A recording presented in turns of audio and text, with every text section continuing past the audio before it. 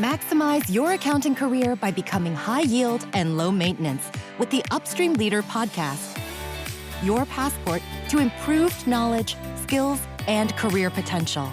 Stay tuned for insights, expertise, and thought-provoking discussion. And now, here's your host, Jeremy Clopton. Hello and welcome to the Upstream Leader podcast. I am excited for our conversation today. This is our first episode of the new year. We just had our recap episode, which I'm sure many of you listened to, and now we are shifting our focus toward the future and what leaders in the profession need to be thinking about for 2025. And for that conversation, I have with me the Editor-in-Chief of Accounting Today, Dan Hood. Dan, thanks so much for joining me today. Thanks for having me, and Happy New Year. Happy New Year to you as well. All right, we are going to jump right into predictions, but before we do, everybody is going to know what I'm going for here. I'm going to ask you the same question we ask every guest when we start, and that is, how did you become the leader that you are today? Gotcha. The answer on every level, no matter how you interpret that question, the answer on every level is by accident, not intentionally. I have a sort of weird career path that started in production and design, and then there was a period where production and design merged with editorial, and editors were laying out magazines, and they were like, well, you can spell, you can lay out a magazine, so you can do both. And then those two things parted, and I ended up sort of stuck on the editorial side, or luckily escaped to the editorial side. It was not, haven't studied journalism, wasn't my background. And I just sort of, like I said, ended up there because I could spell and knew how to lay out a magazine. The time when that happened was about 25, 26 years ago. I happened to be at that point managing editor of Accounting Today. And from there, rose up to become editor-in-chief, just sort of by outlasting everyone else in the publication. But now at this point, sort of feel like I almost know what I'm doing. I almost know what journalism is supposed to be like. I know a lot about accounting. I always like to say, I know more about accounting than anyone who isn't an accountant should know.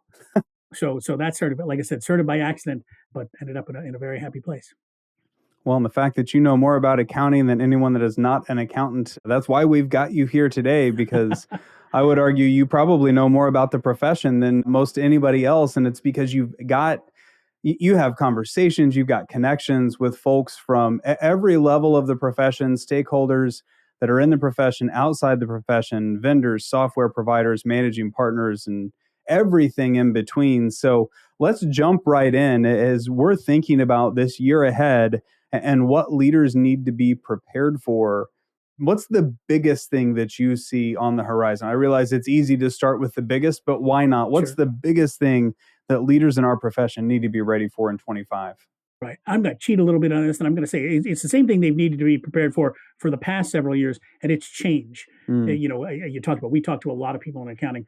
One of the people that we talk to as much as we can is Barry Melanson, the head of the AICPA, and he's repeatedly said over the past 3 or 4 years, he's made the point of the pace of change that we're currently experiencing in every aspect of the profession is not going to get any slower. It is only going to increase. Things are only going to change at a faster pace and more broadly across the entire profession. So, like I said, I will point out, I'll name 1 or 2 big challenges or big things that firm leaders should be thinking about. But broadly speaking, I think the being ready for change in every area of your practice, whether it's how you serve your clients, what services you bring them, what technology you use, how you find and retain staff, how you deal with your partnership, how you structure your partnership, all those things, and a million more.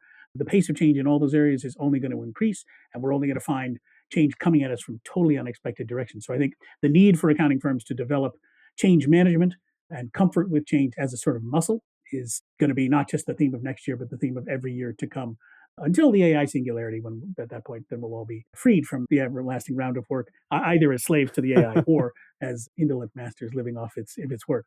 But then, like I said, I will pick 1 or 2 big changes or big areas of change that I think accounting firm leaders, so not to cheat, I'll give you a real answer, which is that one area of change, and we do a survey every year that we call our year ahead survey, where we literally ask accounting firms, what are you going to do next year? Yeah. In a bunch of different areas. Are you going to hire people? What are you going to do in terms of service areas? What are you going to do in terms of technology? A bunch of other areas. And one of the things, like I said, is technology. We ask them, among other things, how much are you spending on technology now? And do you expect that to increase next year or not? And in general, because we've asked this question for a long time, the general thing is about 50% of firms are prepared to spend more, expect to spend more in the coming year. And some of that's just cycles, right? People expect to spend more on technology some years because it's just the way their technology cycles work. So we've seen it be roughly 50%. This year, we saw 60% of firms saying they expect to increase their spending. And that's unusual, mainly because, like I said, it's been a flat, very steady 50-50 half firms not going to increase, half firms are. This year, like I said, going into 2025, close to 2/3 of them are expecting to. And I think some of that looks at areas like AI, artificial intelligence, what firms are expecting to do there, but also just generally a growing appreciation for the importance of technology and the variety of tools that are available to accounting firms and the need to use those to take care of, to handle things like capacity problems, right? There's an enormous capacity problem Yeah. in the profession. That's a big issue that's not going to go away. Technology is an area that firms are looking to for help for that. So I think that's going to be one of the reasons they're spending a lot more there is they're saying we've got to find tech solutions to our people problems. Similarly, I think we're also going to find, this wasn't part of the survey, but I think we're going to find more and more firms, they've already started to do this, but more and more firms are going to be turning to outsourcing to help solve that people Sure. problem. So technology and change, more adoption of technology and more spending on technology, I think is going to be a big area of change. I think we're going to continue to see the impact of private equity in a lot of different ways, less in terms of people's actual, contact with private equity, though I think that will increase for more firms. But I think it's how that's impacting the profession is trickling down to smaller and smaller firms in changed valuations, in changed expectations among staff, in changed expectations among M&A, potential M&A targets, right? We're finding accounting firms who have no interest in PE talking to other accounting firms who have no interest in PE, but they all have very different expectations of what the price is going to be for an accounting firm because of what PE is doing at the upper reaches of the profession. So that's going to continue to be an impact. What else is going to change? There's so many other things I can keep going. Right. I said I'd just do one, and I started a list. But how long? What do we have? 4 to 5 hours for this? Yeah. I guess we should just that might be able cover to cover a portion of it, right? Yeah, exactly. So sorry. Yeah, let me stop there.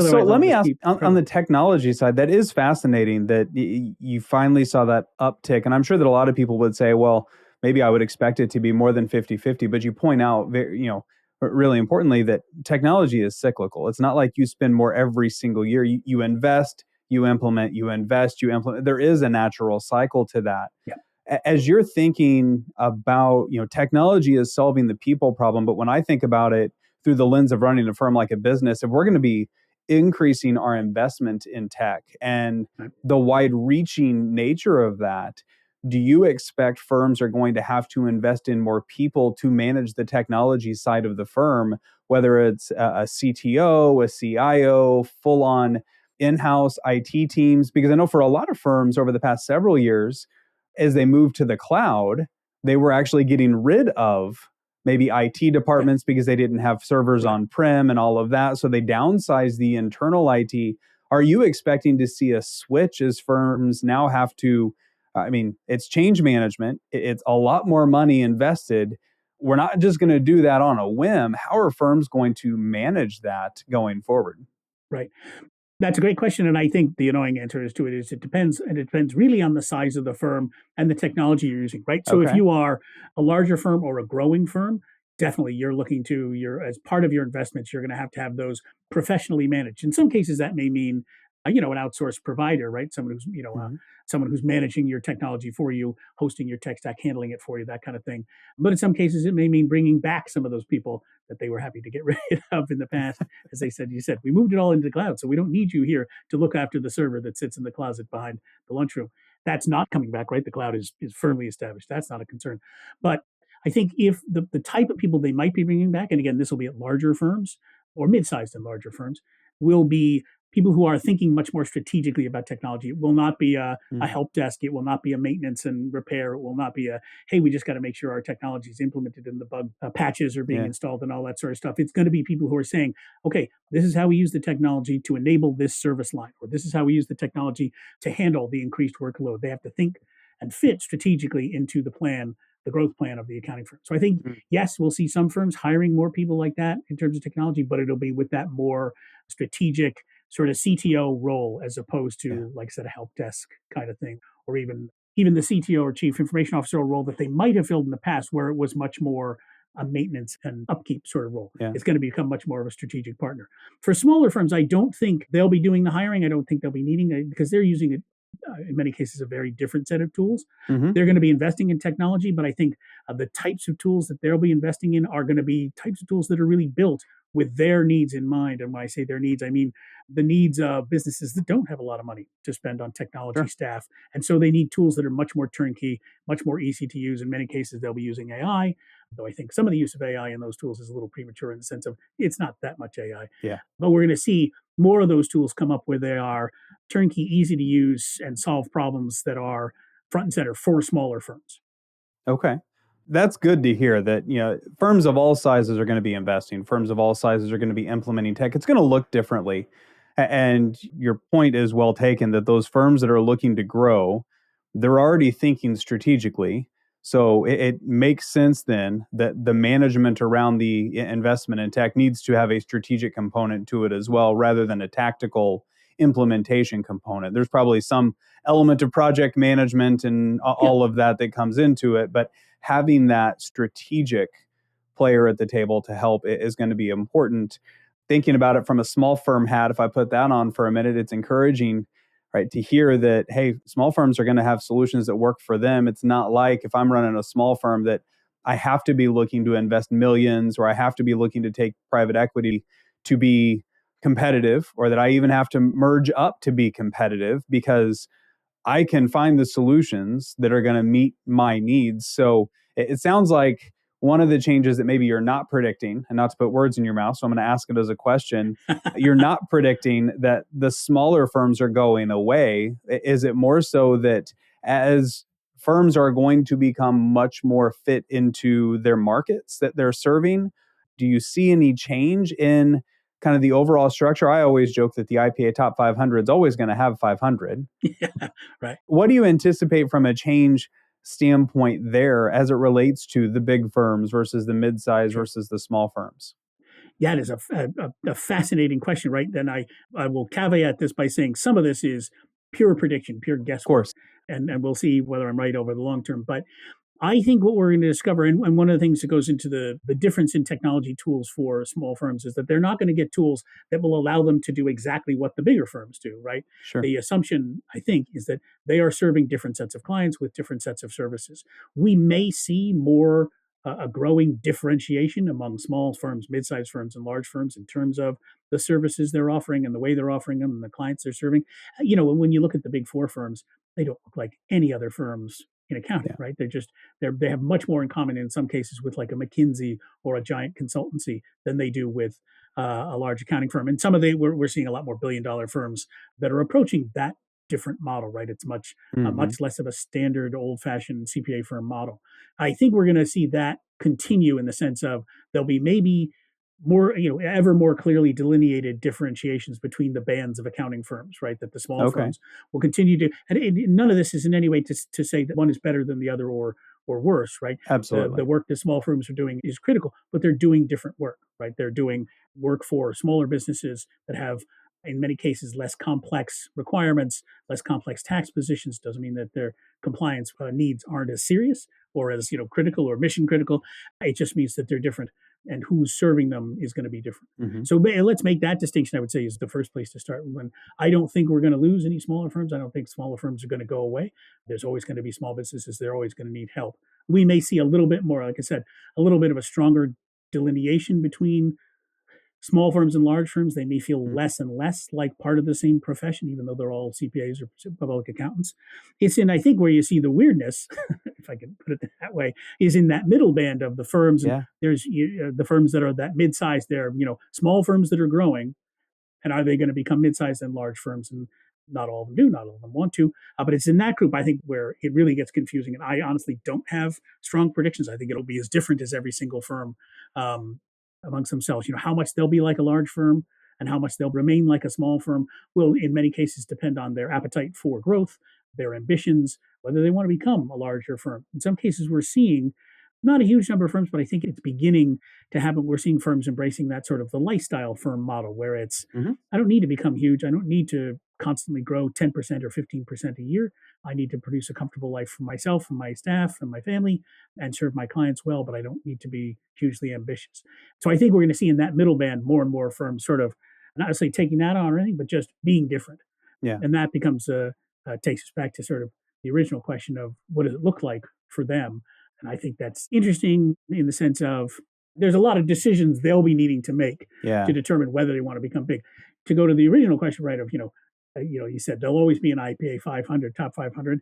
I think that's 100% true. We're definitely continuing to see firm formation, Yeah. at the small levels. That's tough to track, Mm-hmm. and we're not good at it. But my impression of it is that we're continuing to see more and more new firms pop up so that they'll rise to the size of, the IPA Yeah. 500. That the lower threshold of that may get a little lower, right? As more of those firms are snatched up by PE firms or accounting firms looking to grow. So we may find some fluctuation where, the lower level of the IPA 500 may drop or Sure. rise a little bit from year to year, more perhaps than it has in the past, as PE firms and other large accounting firms sort of go through there and hoover up Yeah. more firms or fewer firms. But I think we'll continue to see a sort of regular growth of firm formation from small firms rising up. And then, like I said, I think we'll see this weird patch in the middle where we're seeing more people in the middle deciding to stay in the middle. Yeah. Or deciding to rise out of the middle much more quickly. Yeah. And when I think about that middle band, Dan, to me, I've described it two different ways in the past. One, it's kind of like adolescence. Everything's changing and it's all really awkward and you're not really sure what to do next.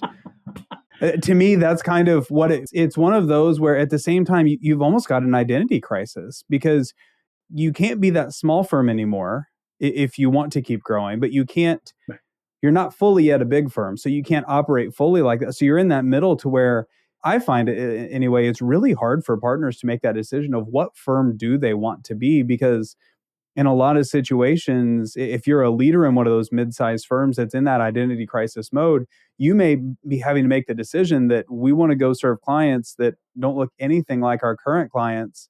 And that's scary. Yeah, that's awesome.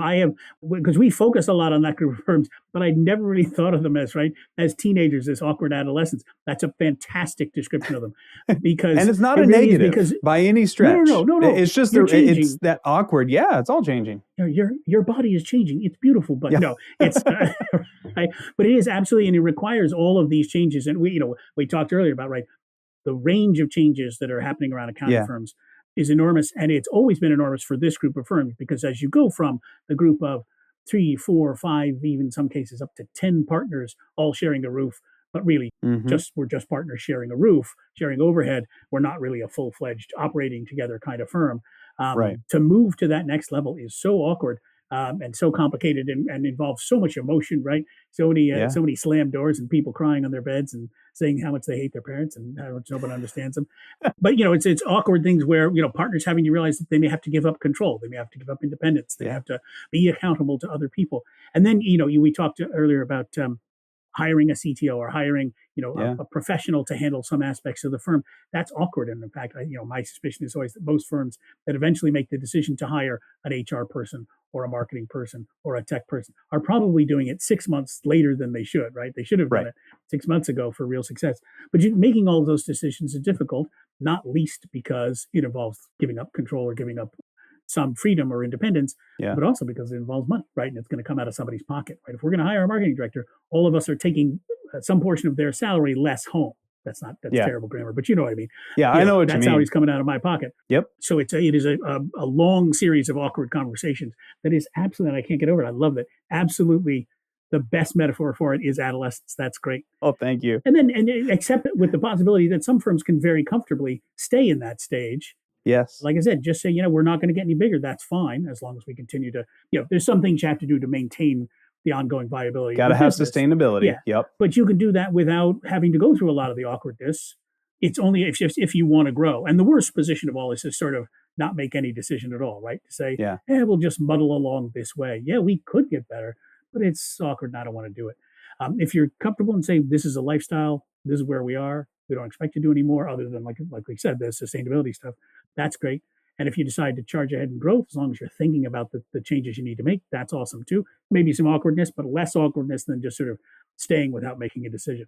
Yeah, you got to have a purpose as to what do you want, what do you want to be. I tell firms, regularly, I think you should run it like a business. Like you said, if it's just people sharing a roof, we're not running a business. But if you think about it like you're running a $20 million company, you approach decision making differently. But at the end of the day, it's your firm. You run it the way that you want to run it, but be intentional with what you do. Don't just leave it to chance. I want to dive into the private equity side just a little bit. You said that we're going to see the impact of private equity is obviously going to continue. That's going to be one of the changes. What are some of the impacts that you expect for firms that don't take on private equity? What changes do they need to be ready for? Because I would imagine as a leader, I'm sitting here thinking, well, I'm not taking private equity. I don't really have to worry about those changes. But I don't believe that to be true. If every firm in our profession is feeling the change that's coming from private equity, what are some of the changes that you think leaders need to prepare for, even if they're in a firm that says, we are fiercely independent, we're not merging, we're not being acquired, we're not taking private equity, we're charging on forward? What do they need to be ready for? Right. Yeah, absolutely. And then I think, in fact, the firms that are fiercely independent, that have made that conscious, intentional choice, particularly if they're above a certain size, are probably the ones that are feeling this the worst. But I think, they're feeling these ramifications in a bunch of different areas. Let's start with, I mentioned, valuations, right? If you're looking to go out and acquire other firms, it's a lot more expensive than it used to be, and you have to bring cash, which you didn't. You used to be able to just bring partnership, earnouts. You can become a partner with us. Sure. But now you've got to bring cash. So that's, if you're looking to acquire anybody, you got to bring that. That cycle of if you're involved in an M&A or interested in M&A, that cycle has gone much, much faster, is now spinning much faster. We're talking to some of the firms we talk to that have taken PE money, have accelerated their M&A strategies 3, 4, 5-fold, right? They were intended to do 10 deals in 3 years, and they did it in 6 months. And we're going to see a lot more of that because that money is coming in. And that's one of the big things that they're spending that PE money on, right, is acquisition. So it's driving up the prices. It's also speeding up the cycle. You don't have as much time to have long, drawn out conversations to make your case for why, as a firm that doesn't have PE backing, they should still talk to you. So that's one aspect of it. And it's the number of firms that are involved in M&A isn't that huge. I mean, I think we ask, how many firms, how many of you expect to be involved in it? It's like 15% say they expect to be involved. Most of them do say they expect to be involved as an acquirer. And I'm kind of like, well, if all of you expect to be involved in deals and all of you expect to be acquirers, who's going to be acquired? But that's a separate question. That's something funny how that works. I don't know if it's survey methodology or delusion, but one way or another, that's one aspect of it. But that M&A frenzy, right, has been going on for, we ran out of ways to say M&A frenzy, not kidding, 15 years ago, because there had been 10 years starting in the late 90s of nonstop M&A activity in the accounting profession. It continues through from like 1998 through now, and it's only getting more frenzied with the introduction of PE. Yeah. What that does is means that you are likely to face larger and better capitalized competitors much more quickly than you used to, right? And they are coming to every part of the country. One of the things they're doing is expanding their geographies. So even if you're in the smallest, most out of the way part of the country, we're going to find more and more that the competition is seeking you out. It's got a lot more money behind it. It's got a lot more technology behind it. It can find you wherever you are and compete with you. It's not as personalized as that. They're not literally hunting you down, but firms should be expecting to see larger firms maybe coming in and competing with them, and at a faster pace than even in the years before, when M&A was still a big operator. It's also going to change salaries. Salaries across the profession are going to rise. Young partners are going to expect more. They are hearing about PE deals that involve equity and involve more multiple bites at the apple, is the sort of phrase everyone uses, which means just the opportunity to get money out of the firm now and in 5 years and in 10 years, and much earlier in your career than in the past. But also, generally speaking, accounting salaries, and this is a trend that's true not just because of PE but because of a bunch of other things. Accounting salaries is going to increase. Not only is it going to remain hard to find staff, but you're going to have to pay more for them. And again, that's part of that is PE. Part of that is just trends in the profession. Kind of young accountants in particular, entry level and right after entry level, are woefully underpaid compared with other professions, which is one of the reasons why it's hard to find them, because it's interesting. If you pay less than other areas, you will attract fewer people. Like I said, which is different than it used to be. Yeah. I remember, going through college, and you wanted to go into accounting because it was one of the best paying. They paid for internships. They had all the things. Right. And now here we are having these conversations several years later, and it's not the highest paid. And in fact, it's a deterrent. Right. And some of that, I think, is part of the broader story of the staffing crisis in accounting, right? Which is that 2 or 3 industries have popped up and expanded enormously, either come of age entirely new or just expanded entirely, right? And it's technology and finance. Since the 90s, technology has become a whole branch of, in a way that it wasn't really before the 90s, before the dot-com, the rise of the internet and so on. Technology has become a huge competitor for talent. And then finance has expanded enormously. It's one of those, it's sort of, I don't call it the secret story, but sort of the underlying things that when you actually look at how much money is involved in finance, how much economic activity is involved in the financial sector, it's grown hugely over the course of the 90s and continues to grow enormously today. So it's sucking in far more people than it used to, Yeah. even, not like it was ever small before, but it's just become a huge competitor, and they are all paying enormous amounts. So Yeah. accounting used to be okay, but they just didn't keep up with their competition. So we're going to see that's going to be continue to be a problem, right? It's not just going to be it's hard to find people. It's going to be that they're going to be asking and expecting much more. Yeah. So in that regard, so that's one way to perhaps solve a bit of the talent issue. That doesn't fully solve the pipeline, simply paying more. Right. And there are a lot of things that leaders won't be able to individually necessarily have a significant impact on, right? So let's take the 150-hour rule and the CPA exam off the table, even though those are everybody's favorite talking points on this. Right. What can leaders do in the next year, in your mind, Dan, to improve success in the recruiting space? And maybe I should change that question a little bit, because I've had a few firms here recently. They've said that they are, what's the phrase that we settled on? Overstaffed, but under capacity, meaning that they've got people, but they don't have them in the right spots. Right. So from your view, what are you seeing that leaders are going to need to do in the next year to really solve that, to draw the people that they need in the firm back into public accounting? We can pay them more. What else can leaders do to actually help in this regard from your viewpoint?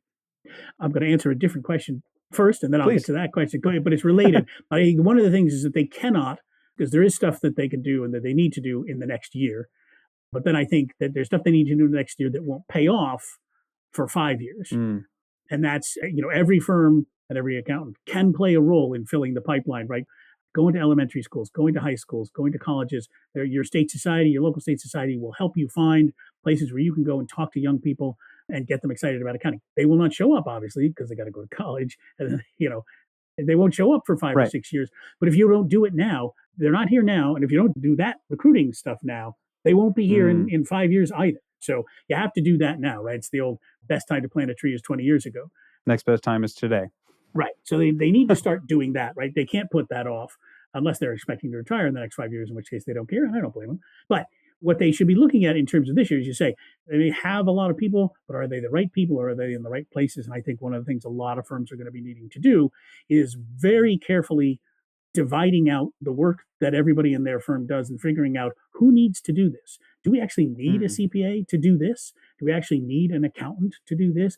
CAS, client accounting, client advisory services, however you want to break that acronym down, has, I think, got a lot of firms thinking smartly about this. And I hope that the trend sort of expands out to the rest of firms, which is thinking about when you offer a service, what does your team need to look like? Does one person need to do this, or can different people provide different aspects of this? So, from a CAS lens, just as an example, if you're looking at what you're offering through a CAS service, you've got some that's doing just the basic back office compliance work. Some people are doing the analysis work, and some people are doing the talk to the client work.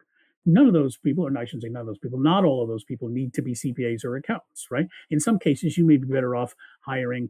The example people always give is, hire a theater major for someone who can talk to clients, right? You can teach them you can teach them what metrics matter and how to have a valuable advisory conversation. But you want someone who's comfortable talking to clients. No, maybe that's not the right. Maybe you want them to be the advisory person. Maybe you want to be the team liaison, the person who is coordinating between the back office compliance worker, who you may want to have be a CPA, particularly if there's some technical issues that need to be addressed, and the client, who may not be comfortable talking with someone who's deeply technical and only speaks in code sections, and I don't understand them and I don't know what that means. Can you get someone here who does understand it? That doesn't need to be an accountant. So I think firms in all cases need to be looking at all the things they do and very carefully dividing out tasks from roles and saying, we have to get the tasks done. We don't necessarily have to have these roles, which isn't to say we want to get rid of all the accountants, but to say that you have fewer accountants. So you want to make sure that they're only doing the work that you need an accountant to do, or that only an accountant to do. Yeah. And can you find other people who can do the other stuff? Chasing down bills, chasing down invoices, chasing down information, right? Client documents and stuff like that. None of that should be done by a CPA. And none of that needs to be done by a CPA. So I think that's one thing that firms need to be doing. They probably also need to be looking at technology. And outsourcing, we mentioned both of those. I mean, those are kind of cheats, right? It's like, how do you fill the people problem? Well, don't look for people, find other things. But I Right. think that's all, there's a great program called the Anticipatory Accountant that used to be run, I think it's still done out of the Massachusetts Association of CPAs. And the thing was, you can, to a certain extent, predict the future, and you can also skip problems ahead, skip questions. If your question is, how do I find people? We'll say, well, don't find people. Look at what you need the people for, Yeah. and figure out ways around that. So if I can't find enough accountants, okay, we'll find, is there stuff I'm asking accountants to do that doesn't need an accountant for? And again, if I'm looking for a person for this, do I need a person for it? Can it be done by a machine or an outsourced, someone who's not here in the US? So Yeah. I think a lot of that sort of breaking stuff down is an important thing for firms to do. So do you believe that 25 may be the year that we perhaps attack the status quo more than ever before? I know you mentioned Barry Melanson said the pace of change will never be slower than it is today, right? It's just going to keep speeding up. Do Right. you think it's not just change with new things, but the change that's necessary in the coming year is more of a really hard look at the status quo and what have we been doing the same for the last 40 years that we've got to change in the next 12 months? I would ordinarily say yes, but I think it's foolish to underestimate the capacity of the accounting profession to resist change. It's a core competency of, and that's terrible. That's a bad way to put it, because accountants actually, and it's not fair, accountants do change a lot. We're good at change. Yeah, I mean, when you think of the regulatory changes thrown at accountants on a regular basis, the tax legislation that comes out every year, the accounting standards that come out, and the ability of the profession to digest that change and turn it into something meaningful and something they can explain to accountants is enormous and totally worth recognizing and highlighting. So I always try to do that, because then I say, but for the rest of what accountants do, they don't change at all, and they don't like it. And it's astonishing, given how good they are at that change, they could be really good at other change. And I would say that I think that the change is going to be spread over 3 or 4 or 5 years, because most changes in the profession are spread over 3 or 4 or 5 years, if not more. So there should be a lot of big changes happening in 2025, but instead what will happen is there'll be a lot of big changes between 2025 and 2028 or 2029. Yeah. The only time we really saw huge, quick change in the accounting profession was, during COVID, when everybody saw a huge, quick change. And that was a tremendous success, right? Accountants adapted to that enormously well. And then Sarbanes-Oxley, which was, outside imposed, but the accounting, again, the profession rose to that, changed, adapted very quickly, and made it happen. Well, and I was going to say, building on that, Dan, that to me, there's two types of change, and we're really good at one and very resistant to the other. We are great at required change. Yeah. And that's what the regulatory change, the pandemic, Sarbanes-Oxley, we didn't have a choice. Yeah. We had to change. And you know what? We do it really well. Like you said, we get regulatory changes every single year. Some firms have figured out how to turn that into, that's a great opportunity. Regulatory changes mean you need to use us for more than you needed to use us for last year. So, hey, let's turn that into an economic opportunity. We're great. I believe as a profession, we are phenomenal at change when it's required. Where we really struggle, and I don't believe that it's just an accounting profession thing. I think it's a human nature. We're not great at change when it's optional. Right. And arguably, these changes that you're talking about, are they coming? Are we going to feel them? Yes, but the firms that get ahead of them are going to be the firms that are willing to change when they don't have to, when it's still optional. Right. And it's going to feel like we're working harder than everybody else because we're doing things differently than everybody else. But to your point, if it's going to go from 25 to 28 and you think, I don't really, maybe I'll just start in 28. Well, that's great. But now you're going to 31. Right. It's not like it necessarily gets shorter until it becomes non-optional. And then it's catch up and then it's reactive and you don't actually get a say in how it plays out, unfortunately. Right. So I would love to see our profession get better at optional change. And that to me might set firms apart. Yeah. Well, then that's the thing, is there are firms that, as you say, they're doing that. It feels like they're working harder. It feels like they're ahead. There are firms that are making the optional changes in different areas. Not every firm is making all the optional changes. And that's, I think, is worth repeating. The optional changes are in like 17 different areas of your profession, everything from, whether you hire remote workers to how you do your marketing to how you incorporate AI into all your services, et cetera, et cetera, et cetera. But there are firms that are good at getting out ahead of those changes and taking advantage of them, often in particular areas. You see I can list a handful of firms that are fantastic at getting ahead of technology, that are really groundbreaking in use of technology and bringing it to their clients. It would be great if more firms who are like, yeah, I'm gonna be an early adopter. Yeah. Not necessarily bleeding edge, but maybe cutting edge. Yeah, I don't know that we don't like the bleeding edge as a profession. I Yeah. don't feel like I know a lot of firms. We'd prefer to just a lot of firms that I talk to. It's like, hey, if we could just be behind the edge just a little bit, we'd feel a lot more comfortable with it, right? We don't want to be behind the knife, but I'd like to be behind the edge just a little bit to make sure that everything's figured it out. Let me ask you a question as we're going to get ready to conclude here. But those firms that are leading the way in technology and other changes that you see, and knowing that you talk to a lot of firms, is it fair to say that those firms look at change as a continuous process? Yes, there's a definitive start and end with each change, but they're never not changing, that they have got this continuous process that focuses on what's the next right change and how do we execute it well, rather than seeing it as, all right, this year we've got to change. I guess we'll do it. Is that fair? Absolutely, 100%. And I think the thing is that for a lot of firms, they look at whatever the next change is and they say, okay, if I can just get through that, then I'm done. Mm, And they don't realize that behind that change is another change. And yeah. then there's another change. And then there's another change. And as you say, the firms that are out there are fully aware that change is a series of waves. It's not one big wave that you have to get over. It's a series of waves. It's just a great big ocean and it's going to keep coming forever. That can be kind of scary, but if you're good at it, then suddenly it becomes a differentiator. Now, I will say one thing I would say is that there are firms that are prepared for that change and for that series of changes, but they may be prepared in one narrow area. So for instance, firms that are really good at technology are totally prepared for oncoming waves of technology. They may get a little blindsided by demographic changes or Mm, marketing changes, stuff like that, or they may not. I'm not saying that it's a necessary thing, but the point being, you can be specialized for change in particular areas.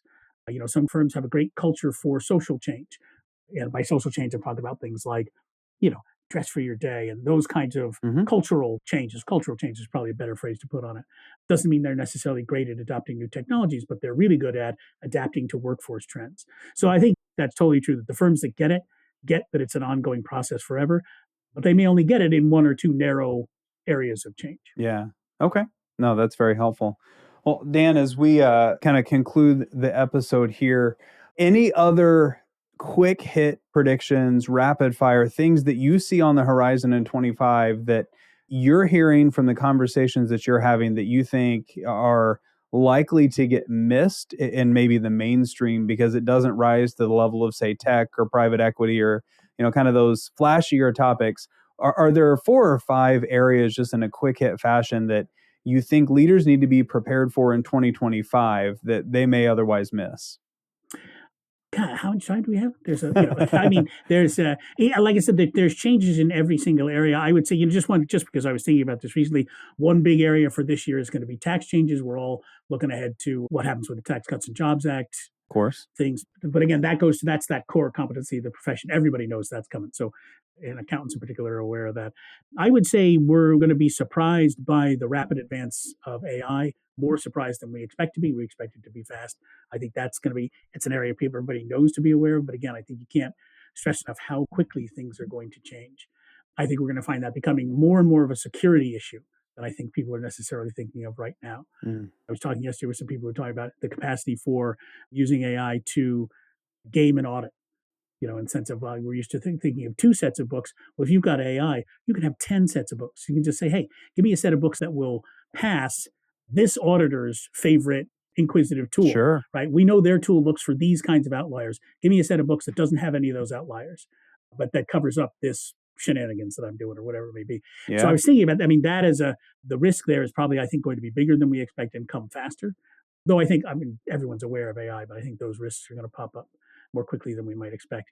What else is, it's interesting. There are a lot of other changes. I'm trying to think of ones we haven't touched on. I think we alluded to a lot of them. And I don't think, and goes back to our talk about, accountants and their comfort with change. I don't think there's a lot of areas of change that people aren't aware of. It's a question of whether they're prepared to adapt to them now or they're going to wait. And just briefly, I know we're short for time, but you were talking about, firms not wanting to be on the cutting edge or the bleeding edge, but a little bit behind that. And we find the firms that get onto our best firms for technology list routinely say we don't want to be on the cutting edge. We don't want to be on the bleeding edge, definitely, unless they're super tech focused. We don't want to be there. We want to be a little bit Oh, behind. sure. We want to pick and choose the changes we make. We want to be ahead of those changes, but we want to pick and choose them. We want to be able to look and say, that's a change we don't need to make. this is a change we do need to make. And I think that's going to be one of the big differentiators is the firms that can make those choices more intelligently and more quickly and more ahead of other firms. That's the skill set to develop for the coming year. Okay. Which goes back to that conversation around strategy. Yeah. Got to think about it like a business and have that strategic plan, and how does technology fit into it. So, Dan, this has been an incredibly insightful and fun conversation. Any resources? Obviously, folks can find you at Accounting Today. What resources do you think leaders need to be looking at for the coming year? Anything you'd recommend, whether it's a book, a website, a TED Talk, just anything that you're thinking would be key for leaders? One of the things I would say is wherever possible, get out for face-to-face meetings. Podcasts like this are awesome. There's a million publications. There's a million blogs that are all great. I can't recommend all of them enough. But I really think that one of the best things accountants can do is get out in person to talk to other accountants. And it's not that there isn't value in the virtual, because I love that as well.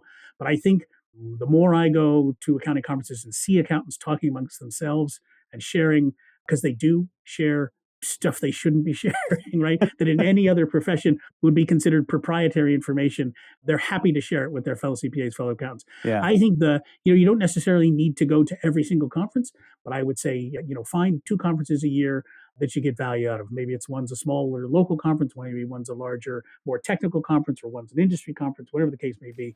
Getting out there and talking with other accountants face to face in small groups is, I think, super valuable, and I think a lot more accountants could profit from.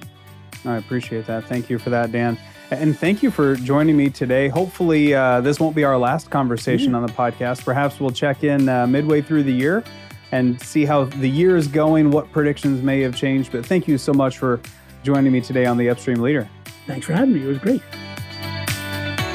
Thanks for joining us on the Upstream Leader podcast. We hope today's episode has enriched your understanding of what it takes to become a high-performing leader in the accounting profession. If you'd like to hear more episodes, subscribe on your favorite podcasting app and visit our website where you'll find full show notes and more. theupstreamleader.com.